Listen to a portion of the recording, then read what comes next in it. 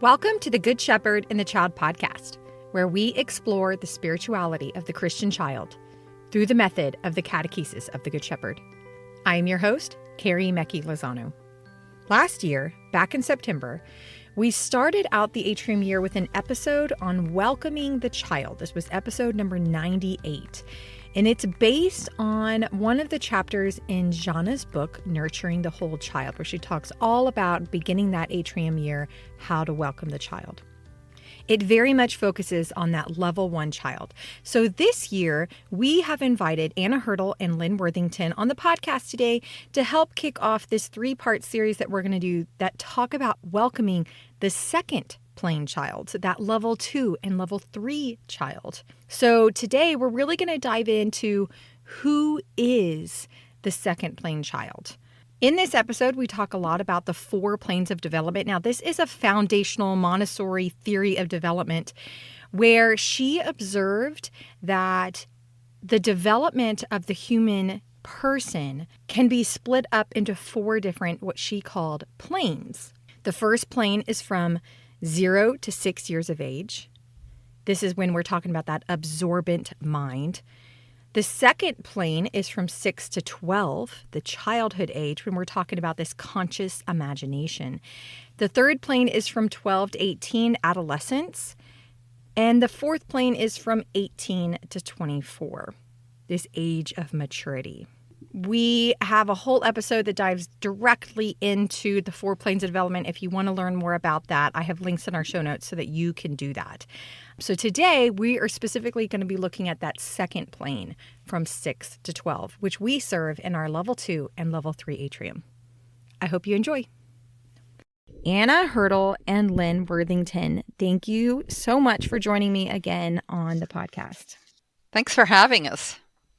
So we're glad to be here. I am always excited to have you guys on the podcast because you're just such a huge wealth of knowledge and have been really instrumental in my growth in this work. And so I'm always excited to get to talk to you. So last year, I don't know if you guys heard the episode that I did with Mary Marioni, where we read some of Gianna's book on welcoming the child in the atrium. And then we kind of discussed what the beginning of the year looks like. But that was very much for that first plane child, that level 1 child. And so we really wanted to begin this year, this atrium year that's about to start for everybody, looking at this second plane child and helping us prepare our hearts and how to welcome this specific age child from 6 to 12. So I wanted to really pick y'all's brain because you're so wise. But I thought that it would be important for us to first kind of define a little bit, we've talked about the planes of development for it, but just kind of skim the surface a little bit of what does that mean, these planes of development? What does this mean, the second plane child, as we dive into discovering who this child is? Do you want to begin, Lynne? No. Well, actually, yeah. Actually, I can begin. And I'm going to begin not with my own words, but with some words from Camillo Grazzini, one of my heroes for the level 2 child. He asks the question, where can we find this child? And he said, perhaps there's one present in this room. There are certainly many in this city. We can see him on the streets and in the parks. This child is everywhere. He's ubiquitous. He could steal your apples, or if you're old, he may help you across the street. He could knock on your door for a dare, or he may take your dog for a walk. And I love that because it's so true that this age child is just full of himself, herself, in so many good and sometimes humorous and sometimes not so good ways. That's great. I love that. It's a wonderful way to begin. I think another consideration for us is that oftentimes as adults, we actually remember being this age. We often don't have any cognitive full memories of our life in the first plane. We might have snippets of memories or snapshots of such, but oftentimes we have pretty clear memories of what we were doing and what we were thinking when we were ourselves a child of the second plane. Yeah, that's true. Yes, it's absolutely true. And I think that some of those memories that we do have are crystal memories. I seem, at least when I think back on times with my family, some of those memories are from that time, and they're wonderful memories. Yes. That's interesting. I've never thought about that before. You're right. Whenever anybody thinks about their childhood, I think most of them think about this plane of development, that from the 6 to 12. You think a lot about that time. We talk a lot about education to wonder and about the necessity of wonder for the human spirit. Yeah. And we begin to talk about that when children are very young.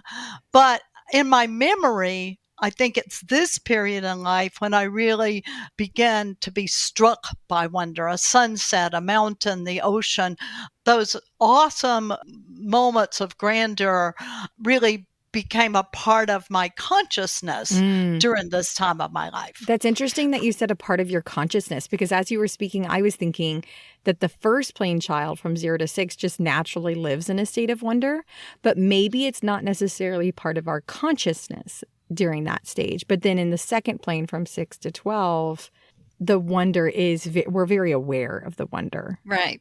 We could even say that in the beginning, in the first plane, that wonder is shaping the child. It is, like you said, it's such a natural state, but it is shaping the child. It's constructing the child. Yeah.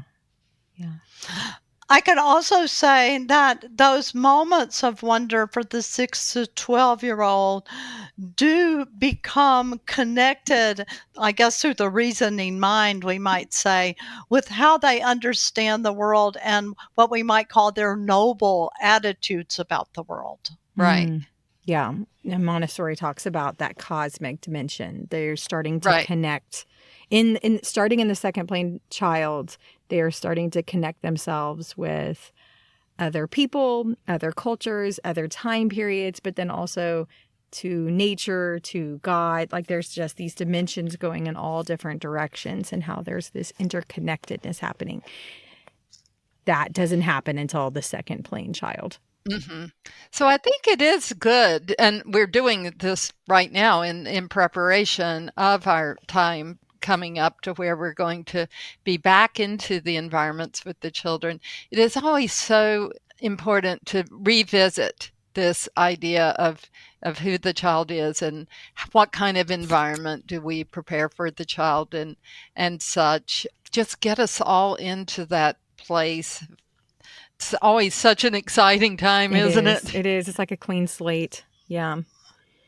Well, what are some of the other characteristics of the second plane child that an adult that was serving this child, either through being a parent, a grandparent, or a catechist or whatever, that they need to kind of bring back to the forefront of their mind to prepare their hearts to serve this child? Well, I think the ones that stick out that we really lift up in our courses and in our readings, that we first look at this moral development that is taking place. Yeah. The moving from a concrete experience to the ability to abstract. We also have the intellect guided by the imagination. That piece is going on.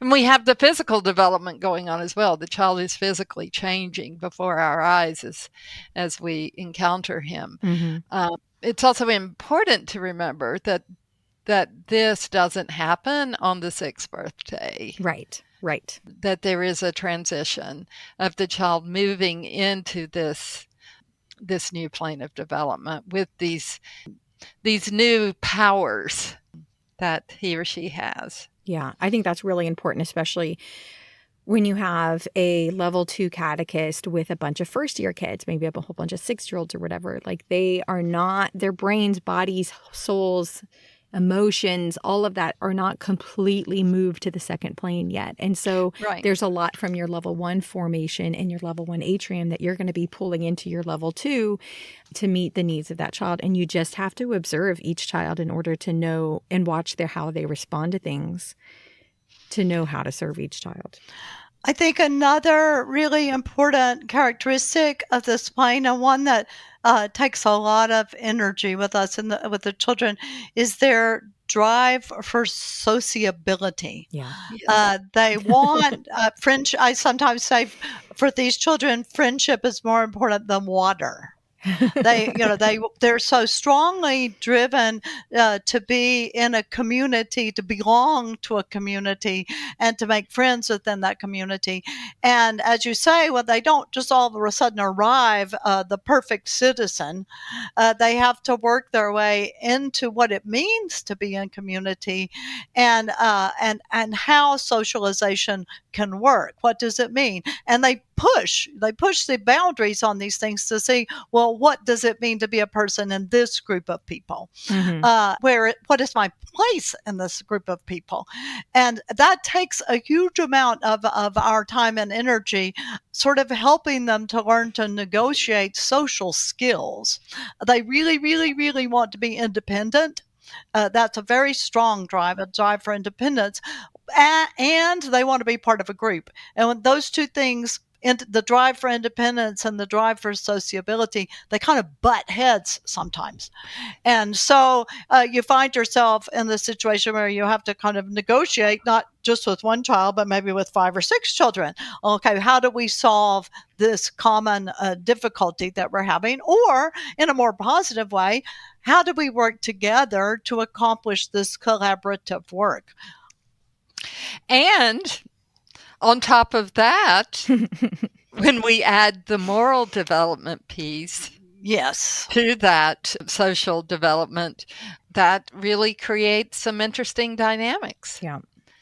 Because as we know, especially the younger child in the second plane, there is just such a strong sense of justice.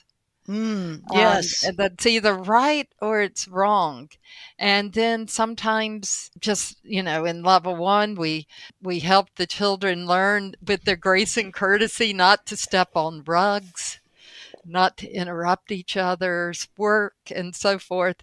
And in the levels 2 and 3 atria, we're helping the children navigate how to walk around a conversation, how to walk around a person's feelings so that they are not hurting by, using words and such, just by virtue of where they are in their development. And oftentimes they have not developed the gift of tactfulness. Yeah.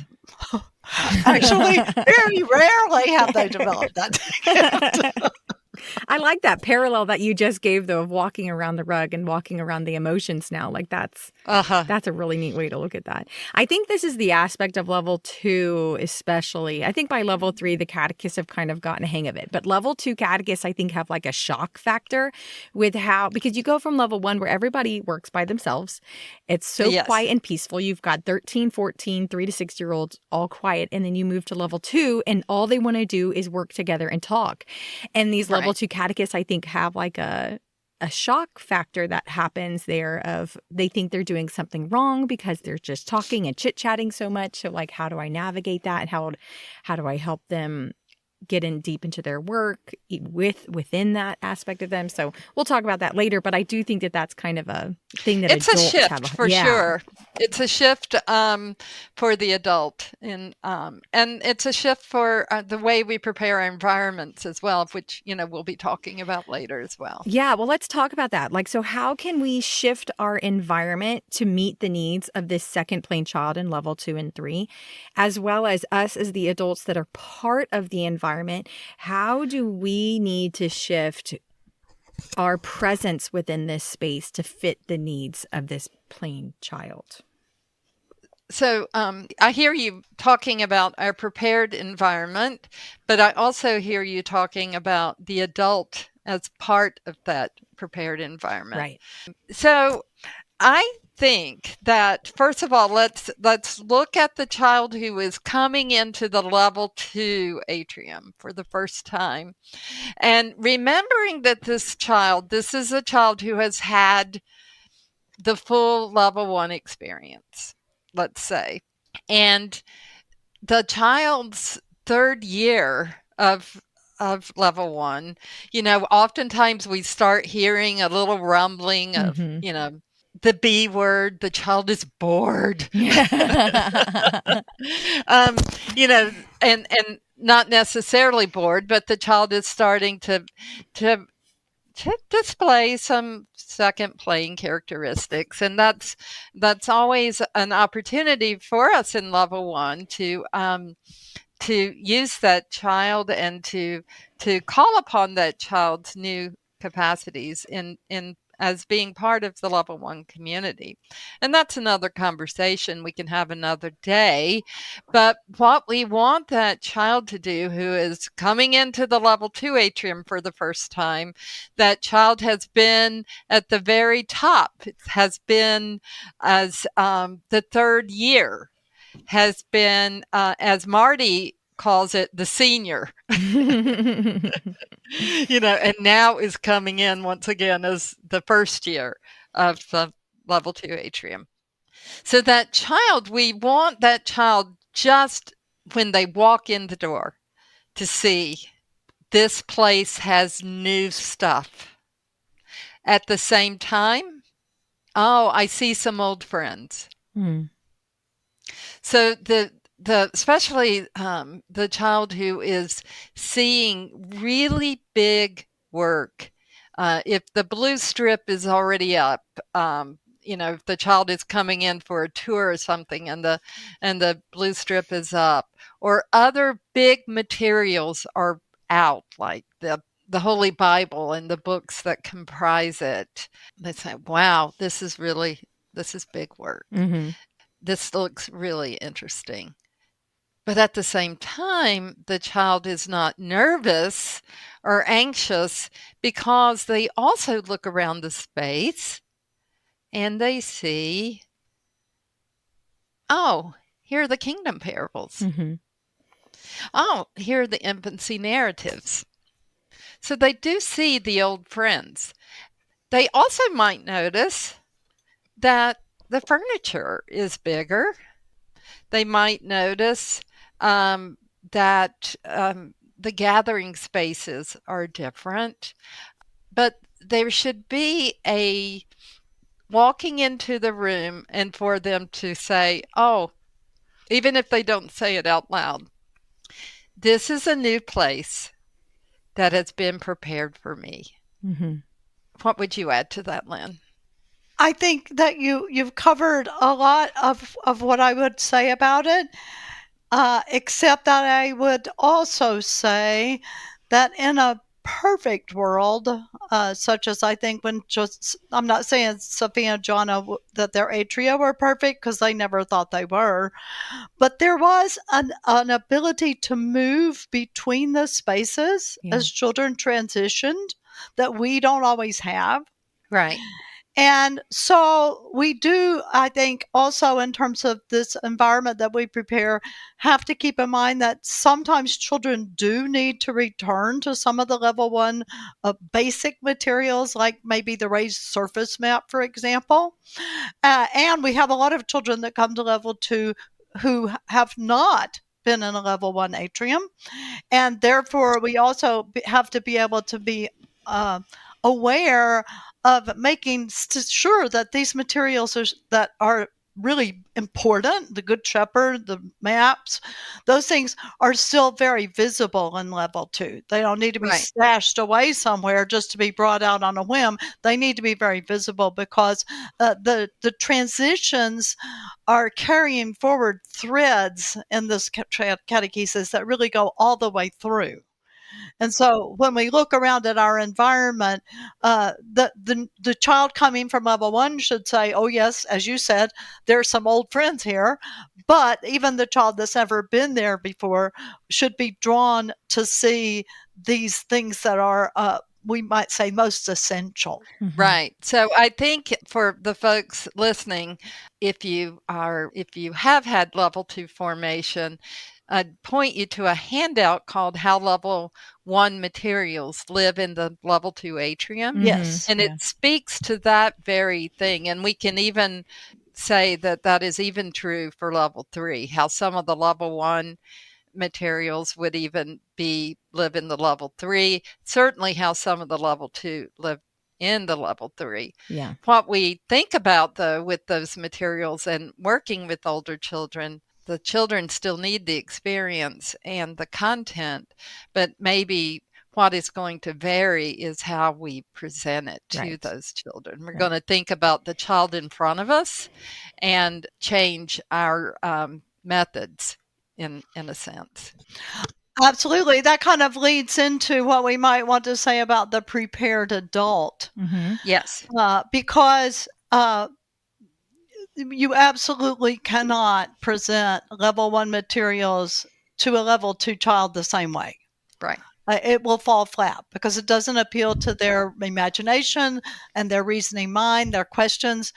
You must know the child in front of you and their capacities in order to make those presentations come up. Those essential content threads, the golden thread, as it were.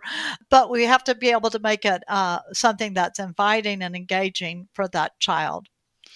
I think that another thing I might say about the adult and the environment is that we really have to be aware of what freedom means.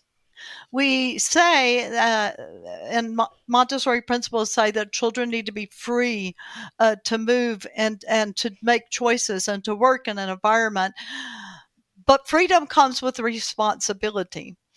And especially in the second plane child, we have to help the child know the purpose of their freedom. Freedom is not just like going out on the playground for a break. It has a purpose. You are free in order to do this in order to accomplish this or in order to know more about that. And so as the adult, you have to be able to frame things in such a way that when you ask questions of the children, they're not questions that you necessarily want answers to. They're questions that you want to serve as a springboard for the child to use their freedom to find the answers. Does that make sense? Yes. Yes. I was reading Religious Potential, a Child 6 to 12-year-old recently, and there was in the introduction, Sophia talks about how this older child still needs essentiality. And so I think what you were just saying with the springboard, it reminds us as the adult. I think sometimes in the second plane child, when we're serving them, we think we can get, and to a degree we can, get more complicated, get deeper into stuff. And to a degree we can. But I think sometimes we forget that we shouldn't lose still the essentiality that is within this work that the second plane child still craves. Sophia says that the older child still needs for the themes to be few, essential, and unified in themselves. What he or she especially asks is to be helped to linger over those themes through personal work. So those springboarding questions that we're talking about, those different, the way even our words to be counted as the adult in the atrium, those essentiality and is still an important theme even in the level 2 and level 3 atrium. Right. So I think that that is a reminder for us all to just really keep the direct aim of our presentation in our mind and on our heart as we are presenting. Even though some of these broader presentations might have more than one direct aim, that we still keep the gist of that direct aim in ourselves as we are presenting. And then, though, that allows the child, as they move from that first moment of learning, of that enjoyment, of that being in the work, then it calls forth, as Paul Ricoeur says, that second moment of learning, which is a response. That is where the freedom comes in, the freedom of the response of the child. So it's never our response. And that's a tricky thing sometimes for us as adults, because we are just so excited Right. and in love with the subject matter as well, that oftentimes we think, what if we did this? Or what if we made that? Or what if I made a new material and such? And, that gives us the experience of what the child is having. But at the same time, that would be a personal work that you would do Right. outside of the atrium. Right. You would not, do it. That is the child's work. Does Right. that make sense? Yes. Yeah. And even in our words, I know we're presenting, I don't know, anything. And we get excited about our own ahas that we want to share. And this is, I think it's easier for the first plane child when we're serving the level 1 child, because that back and forth conversation doesn't happen the same. We have to be quiet. Yeah. And yeah. And now we have this second plane child in level 2 and 3 that wants to have conversations and wants to discuss things. And so I think it's easy for us to share our ahas, share what we want to share, go beyond the direct aim, like over complicate or over pour out things, rather than, point to works to help them stimulate their thoughts more, or books to help them grow and whatever it is that sparked their interest, whatever. I think we lose the essentiality sometimes. And like you say, us as the adults, we're trying to share with the child what really should be our personal work. Yeah.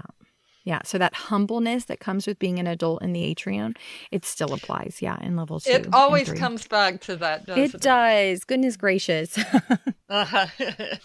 It does. I also am reminded of we have a reflection on objectivity in Yes. Catechesis of the Good Shepherd. And a really good conversation with any people, really, but with children too. Putting the subject between the two of us, and in this case with the Holy Spirit guiding, and focusing on the subject instead of on your own response to the subject.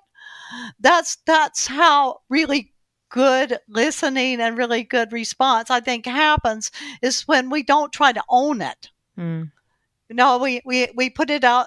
We're objective. We put it there before them, and then the conversation evolves from the subject itself, not from my response to the subject. Mm. Yeah. I think it's Francesca that says, if you look at the Gospels, you will discover that there's very little written about the apostles. We don't know we don't know their wives, their children. We don't know what kind of house they lived in. There's very little. They stick to the subject. Oh, that's neat. And like that. The subject, which is Jesus. And so it is a discipline and a humility for sure that we must practice. That we must, and it takes practice. Making myself small before Jesus, who is so great. Yes. Yes. Okay. So before we finish up today, would you speak into the need for us then as the adult to have kind of a deschooling mindset when it comes to the work, and also for us as the catechist when we're serving this level 2 and level 3 child? Sure. When we talk about deschooling, one thing that I would like to bring up is that even though many of our materials in the level 2 and level 3 atrium have text, and they are materials that allow the children to go back and read, or the children might even read as part of their actual presentation. Whenever we give a scripture presentation, we always want the adult to be the first reader of the text, so that the child is not having to think about decoding the words and reading the words, but can just really focus on first listening to the words. But then a really good reader is going to be able to go back and maybe absorb the text even more, especially visual learners, if they are reading and encountering the text for themselves. But we want to make sure that we never confuse literacy with readiness for level 2 work. And I have heard that from catechists through the years, that, some of my level 2 children can't read yet, or are not writers. And so they really can't do the level 2 work. And so we need to be careful that we don't get into that more academic model that the children are having to produce a written product, or that they have to be able to read in order to do the work. Right. Because really, when we are giving our presentations as the catechist, we are still proclaiming the word, or we are telling, if we're looking at the history of the kingdom of God, we are telling the narrative, we are telling the great story. We're not handing the child a book and say, here, read this for yourself. Right. Or here, write or copy. Writing and copying is but one way to engage in work when the child is given the opportunity to work. So that's kind of like what I would like to lift up today, is that we want to make sure that we are not saying that the child has to be able to read or write, or that we in any way connect literacy to readiness for level 2. What is readiness for level 2 is moving into the second plane that we talked about at the beginning, not whether or not one can read or write. Right. And, there's some people that never learn to read or write, and they still need this work. Right. What you say is ever so true, Anna. It does, however, challenge us when we try to find other ways to engage those children. Right. And that is where really the time we spend with the children, the time we spend observing them, can help guide us to the kinds of things. Sophia and Dr. Montessori both, and Gianna, all keep telling us over and over again, it is the hand that is the instrument of intelligence. Right. That children must learn the world. They must be oriented to reality through their hands. And so we do have to imagine then, if you're not a reader, or if you're not reading, you're not writing, what do you do? Right.